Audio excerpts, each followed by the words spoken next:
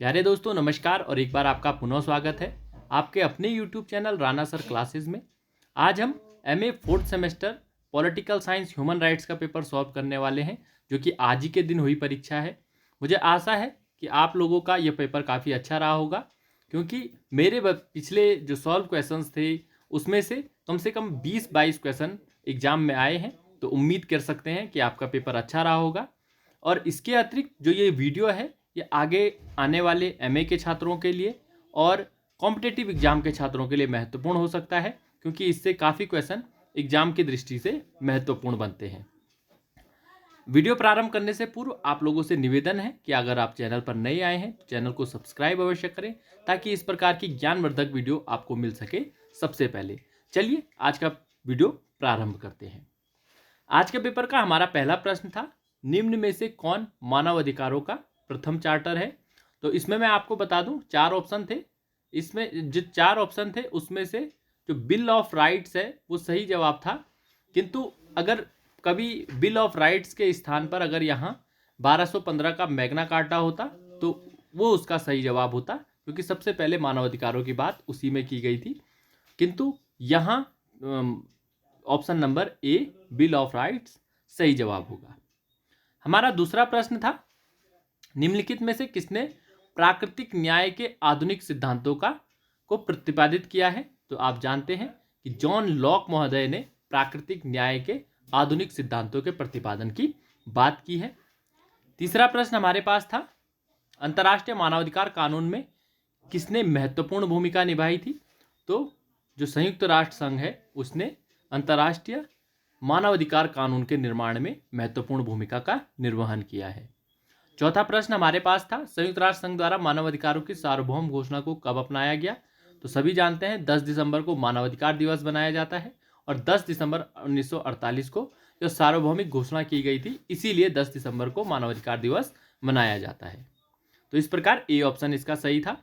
Next प्रश्न है हमारे पास, तीसरी पीढ़ी के मानवाधिकारों की अवधारणा किसने पेश की थी। तो जो पांचवा प्रश्न है इसका कोरल वास्क, यानी कि ऑप्शन नंबर डी इसका सही जवाब होगा। इन्होंने वर्ष 1979 में यह अवधारणा को पेश किया था। नेक्स्ट प्रश्न हमारे पास था, मानवाधिकारों की सार्वभौम घोषणा को किसकी अध्यक्षता में अपनाया गया था। तो इसमें जो एलेनोर रूजवेल्ट हैं इनकी अध्यक्षता में इसे अपनाया गया था। इस प्रकार इसका ऑप्शन नंबर सी सही जवाब होगा। नेक्स्ट प्रश्न हमारे पास है, संयुक्त राष्ट्र मानवाधिकार की सार्वभौम घोषणा प्रस्तावना से प्रारंभ हुआ, उस प्रस्तावना में कितने पैराग्राफ थे। तो आप अगर संयुक्त राष्ट्र जो मानवाधिकार की घोषणा है उसकी प्रस्तावना को पढ़ोगे तो इसमें वैसे देखने में 10 पैराग्राफ हैं, किंतु केवल दो पैराग्राफ ऐसे हैं जिनमें केवल 2 शब्द मात्र लिखे हुए हैं। तो उस हिसाब से अब ये एग्जामिनर पे डिपेंड करता है, वो 8 और 10 किसी को भी ऑप्शन में ले सकता है। वैसे इसका ऑप्शन नंबर बी सी होना चाहिए, क्योंकि केवल 2 लाइनों को पैराग्राफ नहीं कहा जाता है। तो ऑप्शन नंबर सी इसमें सही होना चाहिए, किंतु वो एग्जामिनर के उस पर डिपेंड करता है, वो ऑप्शन नंबर बी भी इसमें सही हो सकता है। नेक्स्ट प्रश्न आपके पास था, मानवाधिकारों की सार्वभौम घोषणा की किस वर्षगांठ पर सभी के लिए सभी मानवाधिकार का नारा अपनाया गया था। तो इसका ऑप्शन नंबर सी सही जवाब होगा, 50वीं वर्षगांठ पर। नेक्स्ट प्रश्न आपके पास था, अधिकारों की सार्वभौम घोषणा में कितने अनुच्छेद हैं। तो आप सभी जानते हैं ऑप्शन नंबर सी 30 अनुच्छेद उसमें है। नेक्स्ट प्रश्न आपके पास था, मानवाधिकारों की सार्वभौमिक घोषणा ऐतिहासिक दस्तावेज को किसने अपनाया। तो इसका ऑप्शन नंबर डी सही जवाब होगा, यूएनओ। नेक्स्ट प्रश्न आपके पास था, मानवाधिकारों की सार्वभौम घोषणा का कौन सा अनुच्छेद बताता है कि राष्ट्रीयता का अधिकार किसी की इच्छा पर निर्भर करता है। तो इसका ऑप्शन नंबर ए यानी कि अनुच्छेद 15 इसमें स्पष्ट रूप से लिखा हुआ है ये वक्तव्य। तो ऑप्शन नंबर ए इसका सही जवाब होगा। नेक्स्ट प्रश्न, निम्नलिखित में से किस वर्ष में संयुक्त राष्ट्र द्वारा बाल अधिकारों की घोषणा को पारित किया गया। तो इसका डी, क्योंकि जो प्रश्न आते हैं उसमें स्पष्ट होता है सही या सही के जो नज़दीक हो। वैसे जो बाल अधिकारों बाल अधिकारों की घोषणा को पारित वर्ष 1989 1989 में किया गया था। 1989 में किया गया था, किंतु यहाँ सबसे नज़दीक उसके वर्ष 1979 बैठ रहा है, इसलिए इसका ऑप्शन नंबर डी सही जवाब होगा। नेक्स्ट प्रश्न आपके पास था 1949 के तीसरे जेनेवा कन्वेंशन का कौन सा अनुच्छेद युद्ध के कैदियों को परिभाषित करता है? तो इसका ऑप्शन नंबर सी अनुच्छेद 3 ये परिभाषित करता है। नेक्स्ट प्रश्न, कितने देश संयुक्त राष्ट्र मानवाधिकार आयोग के सदस्य हैं? तो पहले भी आपको बताया था 47 देश, इस प्रकार ऑप्शन नंबर सी सही जवाब होगा। नेक्स्ट प्रश्न, मानवाधिकार दिवस कब मनाया जाता है? तो मैंने पहले ही बताया 10 दिसंबर को मानवाधिकार दिवस मनाया जाता है। नेक्स्ट प्रश्न, भारत में राष्ट्रीय मानवाधिकार आयोग का गठन कब किया गया? तो इसका भी ऑप्शन नंबर ए वर्ष 1993 सही जवाब होगा। नेक्स्ट प्रश्न आपके पास था राष्ट्रीय मानवाधिकार आयोग का मुख्यालय कहाँ है? तो जो राष्ट्रीय मानवाधिकार आयोग है उसका मुख्यालय नई दिल्ली में है, इस प्रकार ऑप्शन नंबर सी इसका सही जवाब होगा। राष्ट्रीय मानवाधिकार आयोग अधिनियम में किस वर्ष परिवर्तन किए गए हैं? तो इसमें से जो ऑप्शन नंबर डी है वो इसका सही जवाब होगा। 2006 में इसमें क्या है, परिवर्तन किए गए हैं। नेक्स्ट प्रश्न आपके पास है राज्य मानवाधिकार आयोग में अध्यक्ष सहित कुल सदस्यों की संख्या कितनी होती है? तो अध्यक्ष सहित जो इसमें होते हैं वो कुल 3 सदस्य होते हैं, एक अध्यक्ष और 2 सदस्य इसमें होते हैं, इस प्रकार ऑप्शन नंबर ए इसका सही जवाब होगा। नेक्स्ट प्रश्न आपके पास राष्ट्रीय मानवाधिकार आयोग के अध्यक्ष का कार्यकाल क्या है?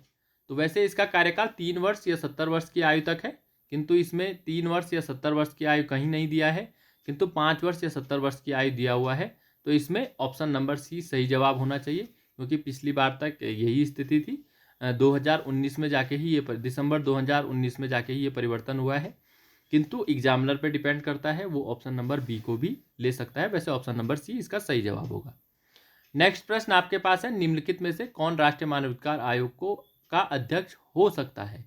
तो सर्वोच्च न्यायालय का कोई भी सेवानिवृत्त मुख्य न्यायाधीश इसका अध्यक्ष हो सकता है, इस प्रकार ऑप्शन नंबर ए इसका सही जवाब होगा।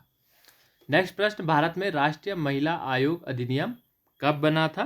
तो इसका ध्यान रखिएगा वर्ष 1990 में यह बना था, इस प्रकार ऑप्शन नंबर ए सही जवाब होगा।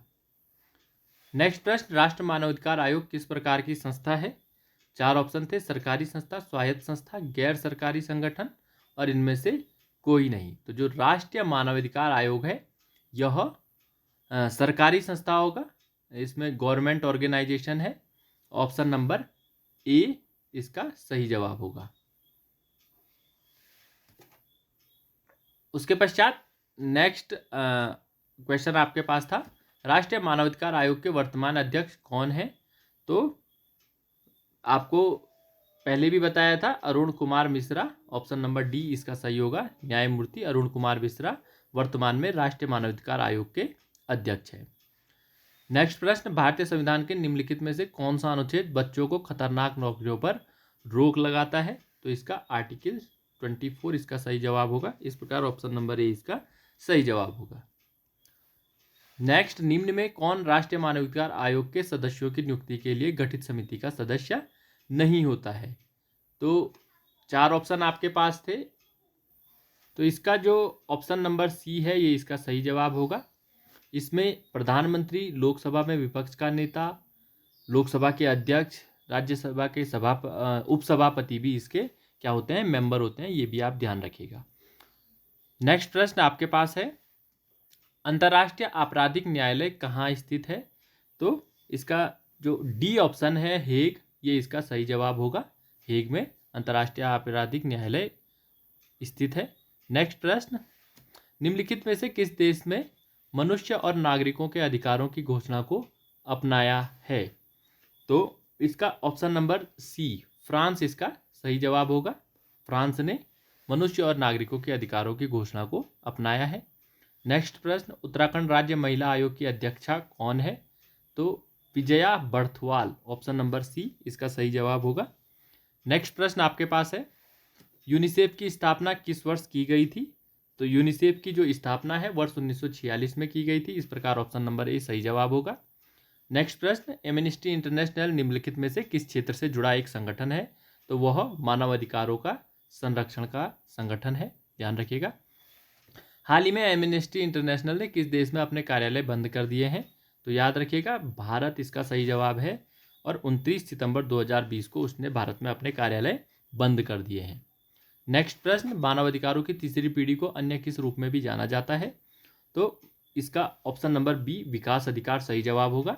नेक्स्ट प्रश्न आपके पास है, निम्नलिखित में से किसने मानव विकास सूचकांक की अवधारणा विकसित की थी?